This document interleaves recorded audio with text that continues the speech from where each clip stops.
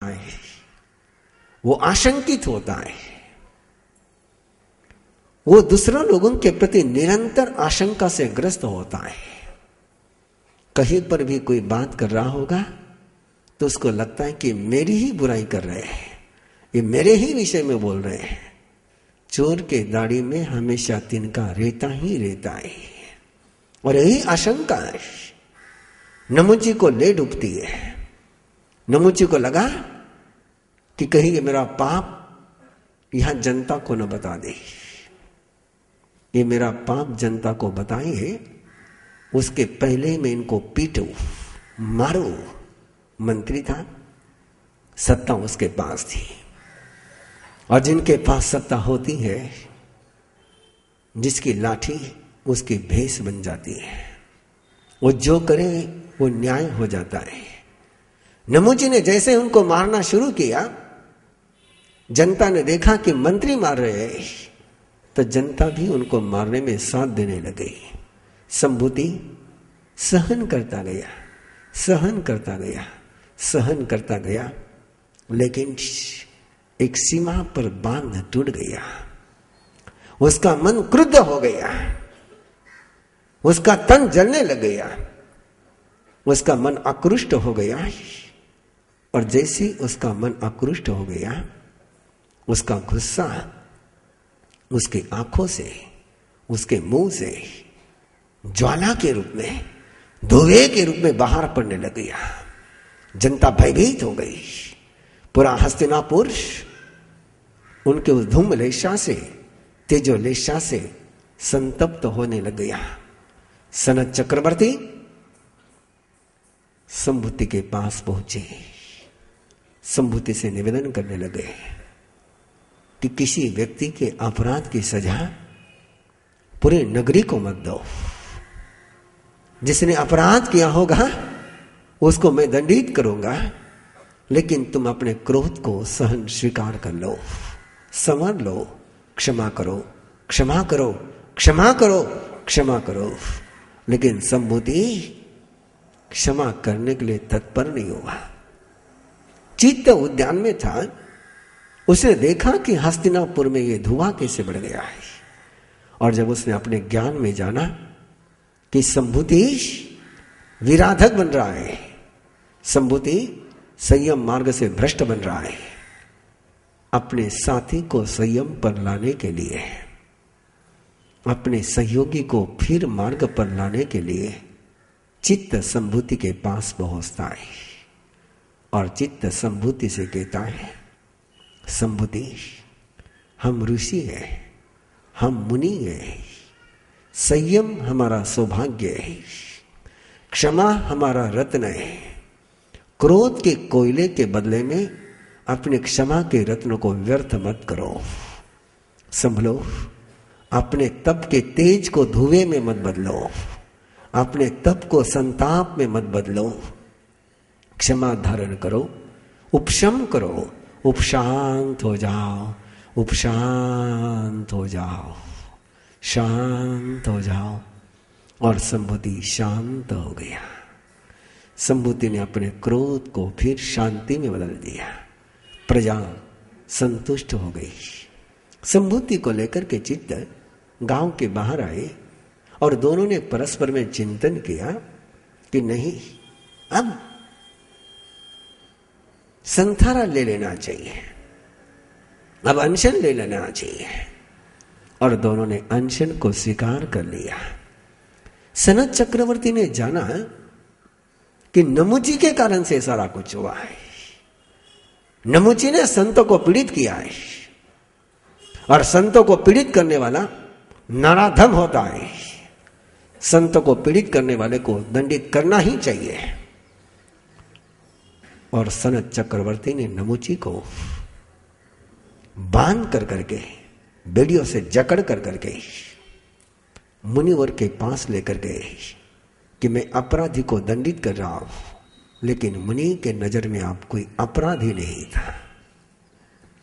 मुनि की नजर केवल इंसान को देख रही थी, इंसान में रहे भगवान को देख रही थी। और मुनि ने कहा सनत चक्रवर्ती से कि नहीं,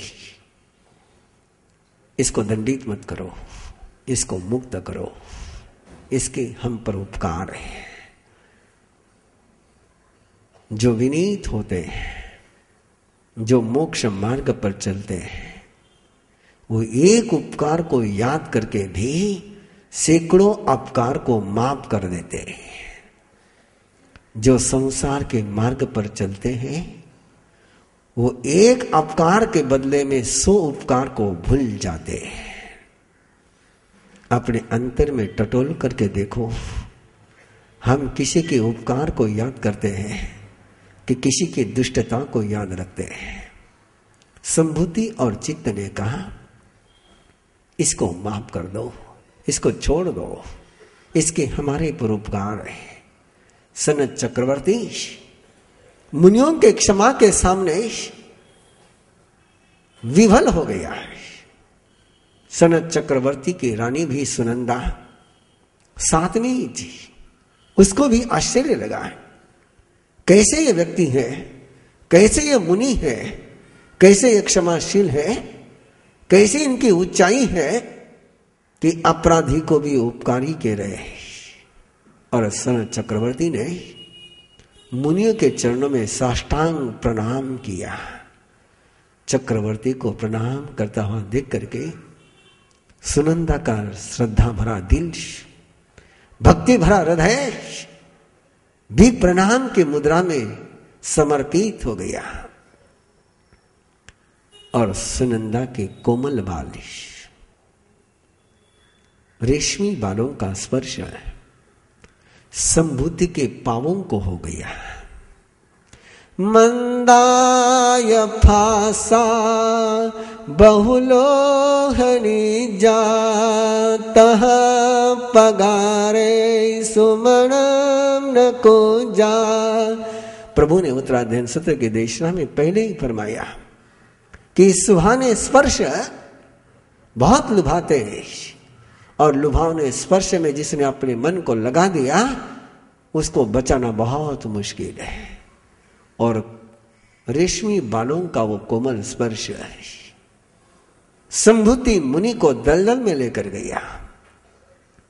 संभूति मुनि ने सोचा, क्या ये बाल है, क्या ये स्पर्श है, क्या ये सुख है,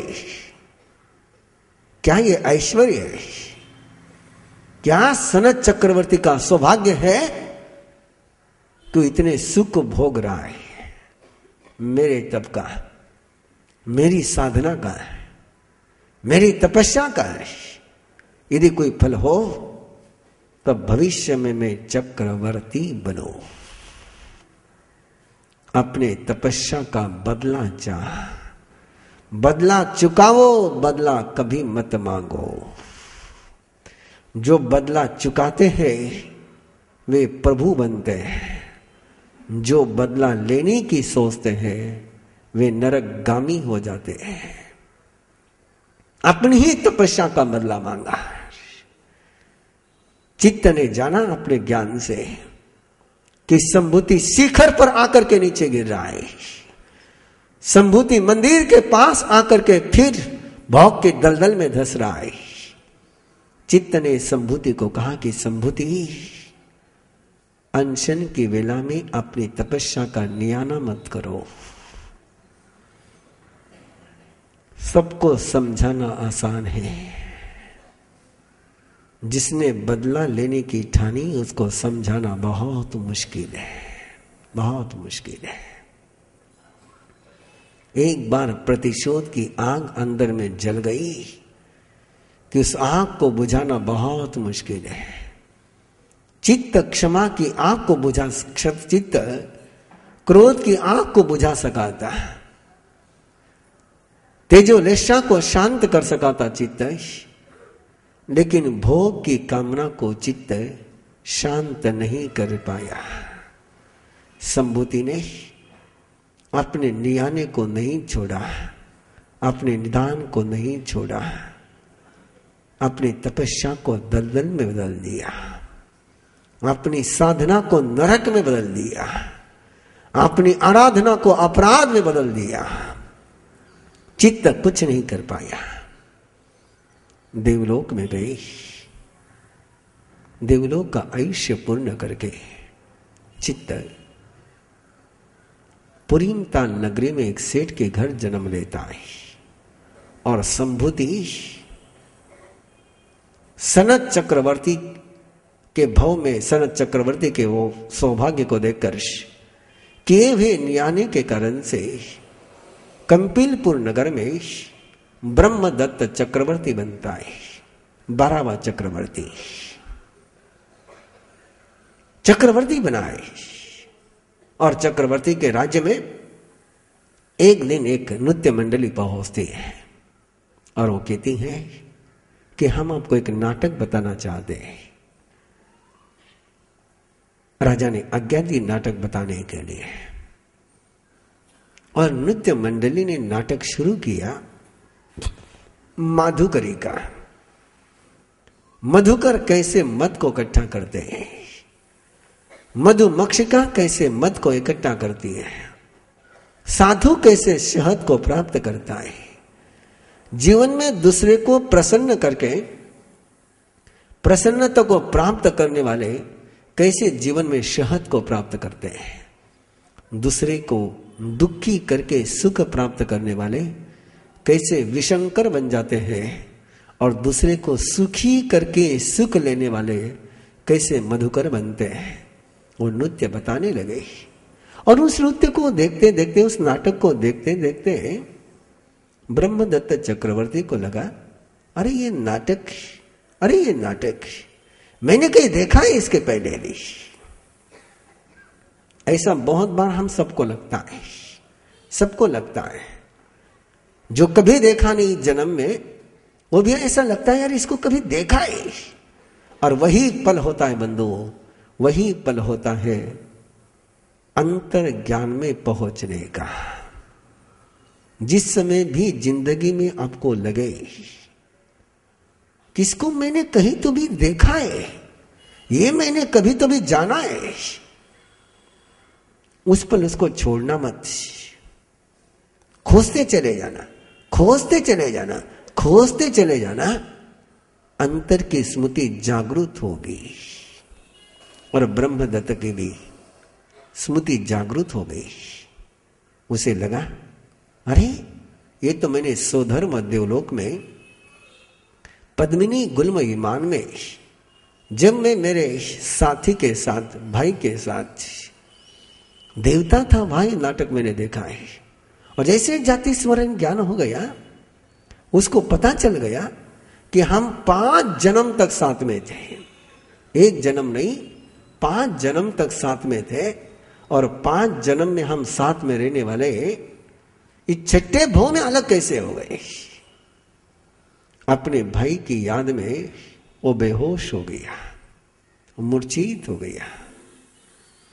मोह मूर्छित कर देता है, धर्म जागृत कर देता है, श्रद्धा जगाती है, मोह बेभान कर देता है।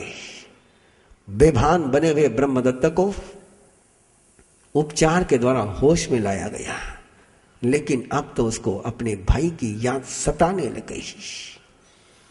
कहां होगा वो मेरे 5 जन्मों का साथी, कहां होगा मेरा 5 जन्मों का सहचर, जो 5 जन्मों तक साथ में रहा, वो छठे भाव में कैसे बिछुड़ गया।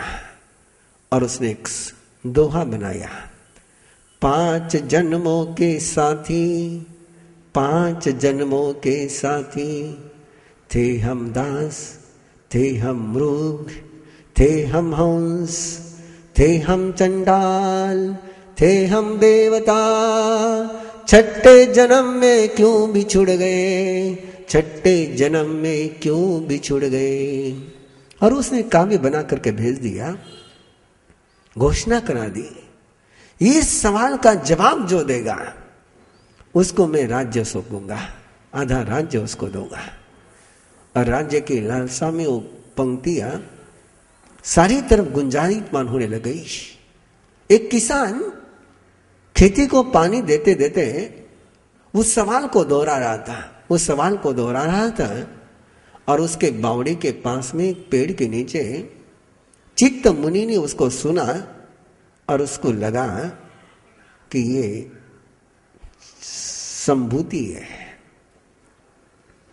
और उसने कहा कि छठे जन्म में हम इसलिए बिछुड़ गए कि तूने पिछले जन्म में नियाना किया था। और जैसे वाक्य ब्रह्मदत्त चक्रवर्ती के पास पहुंचा, ब्रह्मदत्त चक्रवर्ती उसको सुन करके फिर बेहोश हो गया। कहां है वो? और खोजते खोजते चित्त के पास पहुंचे, चित्त को लेकर के आए। और दोनों 5 जन्म के भाई छठे जन्म में सुख दुख की बात कर रहे हैं।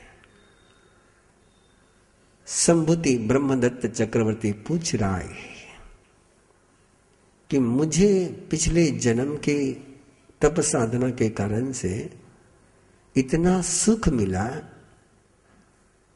तुझे मिला क्या? और चित्त ने कहा कि राजन, जैसे तुझे मिला वैसे ही मुझे भी मिला। मैं भी एक करोड़पति के घर में जन्मा, लेकिन एक बार अल्प अक्षर वाली और महत्वपूर्ण अर्थ वाली एक गाथा एक श्रमण ने गाई, और उस गाथा को सुन करके मैं फिर दीक्षित हो गया, मैं फिर संयम के रास्ते पर आ गया। पता नहीं कौन सी गाथा आपको जगा जाए, परमात्मा का कौन सा शब्द आपको अपनी भगवत्ता की याद दिला दे जाए। मैं दीक्षित हो गया। संभूति ने पूछा, 5 जन्मों तक हम साथ रहे, छठे जन्म में अलग क्यों हो गए? बड़ा सुंदर सवाल था, लेकिन सुंदर सवाल से भी जवाब बहुत महत्वपूर्ण था। जवाब देते हुए उसने कहा है, 8वीं गाथा है, कम्मानिया न पगड़ा तो मेरा विचिंतिया ते सिंफल विवागनम विपवो गमुआ गया। तूने नियाना किया था, स्नेही से बिछुड़ जाओगे यदि तुम नियाना करोगे तो। जन्म जन्म के साथ में भी संयोग में वियोग आ जाएगा यदि तुम नियाना करोगे तो। तेरे नियाने के कारण से हम अलग हो गए, तेरे नियाने का फल तुझे मिला, लेकिन इस फल के पीछे छिपे हुए, इस सुंदर फल के पीछे छिपे हुए नरक को देख ले। संभूति संभल जा, तुझे सुख मिला है, लेकिन इस सुख के पीछे तूने अपना संयम बेच दिया है। संभल जा, पुनः संयम के मार्ग पर आ जा। अपने पिछले जन्मों के पाप को याद कर, अपने पिछले जन्मों में किए हुए संयम को याद कर। पाप के कारण से कैसे दुख पाया, संयम के कारण से कैसा सौभाग्य पाया, उसको याद करके संयम के रास्ते पर आ जा। लेकिन संभूति कहता है कि मुझे तो ये संयम दुखकारी लगता है, आपको भी दुखकारी लगता है। शब्द है संभूति के, मम रोये पवज्जाहु दुखम, मुझे ये प्रवर्जा, मुझे ये संयम दुख में लगता है, ये दुख में लगता है। वो दुख में है नहीं, लगता है। और लगने का कारण है, चित्त ने समझाया कि ये सारा नृत्य, ये सारा आभरण, ये सारे आभूषण बोझ है, इनको छोड़ और संयम के रास्ते पर आ जा। लेकिन तैयार नहीं हुआ। बहुत समझाया, बहुत समझाया, तैयार नहीं हुआ। संभूति ने एक बहुत अच्छी बात कही, बहुत अच्छी बात कही संभूति ने। 27वीं गाथा है,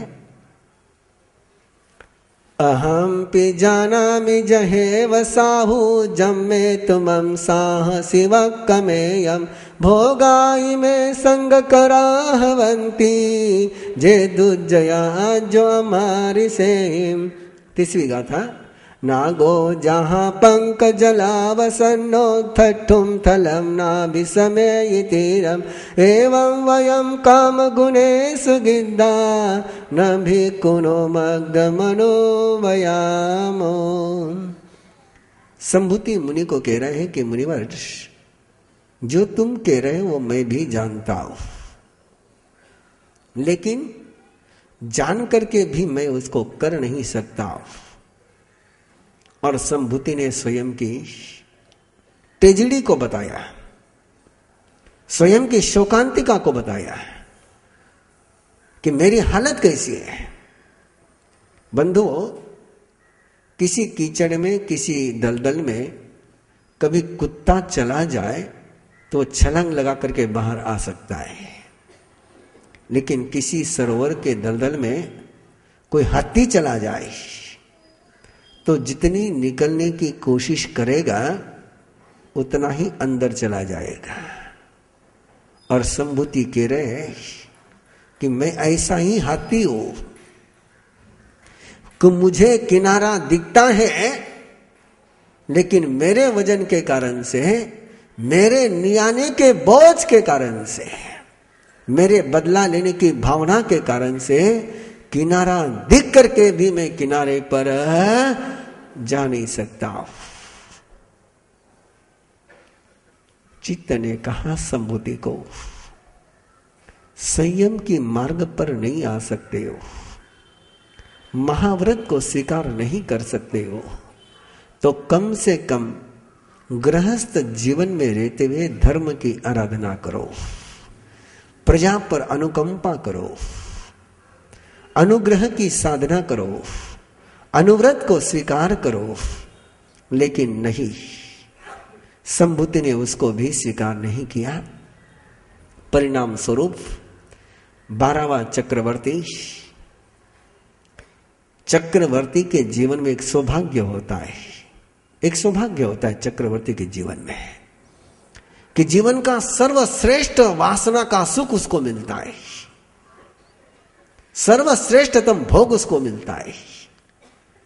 लेकिन उस भोग को यदि उसने भोगने के बाद, भोग को भोगने के बाद मरने के पहले छोड़ दिया, ध्यान से सुनना वाक्य को, भोग छूटने के पहले छोड़ दिया, तो भोग को छोड़ने के कारण से भोगा हुआ भोग भी उसके लिए योग बन जाता है। शांति से सुनना, वाक्य को वापस दोहरा रहा हूं। चक्रवर्ती के जीवन का सौभाग्य होता है, श्रेष्ठतम सौभाग्य होता है कि जिस भोग की कल्पना तुम नहीं कर सकते हो, जिस वासना के सुख का तुम सपना नहीं देख सकते हो, वो वासना का सुख, वो भोग का सुख उसको मिलता है। लेकिन चक्रवर्ती यदि मरने के पहले स्वाधीनता पूर्वक उस भोग को छोड़ दे तो मोक्ष का अधिकारी हो सकता है, और मरने के पहले उसने भोग को नहीं छोड़ा तो उन्हीं भोग के कारण से, उसी शोक के कारण से, उसी सुख के कारण से, उसी सुविधा के कारण से वो नारकी के चरम शिखर को छू सकता है। 33 सागरोपम का दुख का भागी बन सकता है। सुख तुम्हें छोड़े, सुख तुम्हें छोड़े, उसके पहले सुख को तुम छोड़ देना, अनंत सुख के अधिकारी बनोगे। सुख तुमको छोड़ करके चला जाए तो तुम नरक के अधिकारी बनोगे। इतना सा सूत्र है 13वें अध्याय का। मौत आने के पहले जो संभल जाते हैं, मौत उनके लिए मुक्ति का द्यूत बन जाती है। मौत आने के पहले जो संयम को स्वीकार नहीं करते, मौत उनके लिए नरक का मार्ग प्रशस्त करती है। संभूति ब्रह्मदत्त चक्रवर्ती चित्त के चेतावनी के बावजूद नहीं संभल पाया और अनुत्तर नरक में चला गया। चित्त अपनी साधना में तल्लीन हो गया। एक छोटी सी भूल बंधुओं, एक छोटी सी गलती बंधुओं, यदि सुनंदा के बालों का स्पर्श पावों को नहीं होता,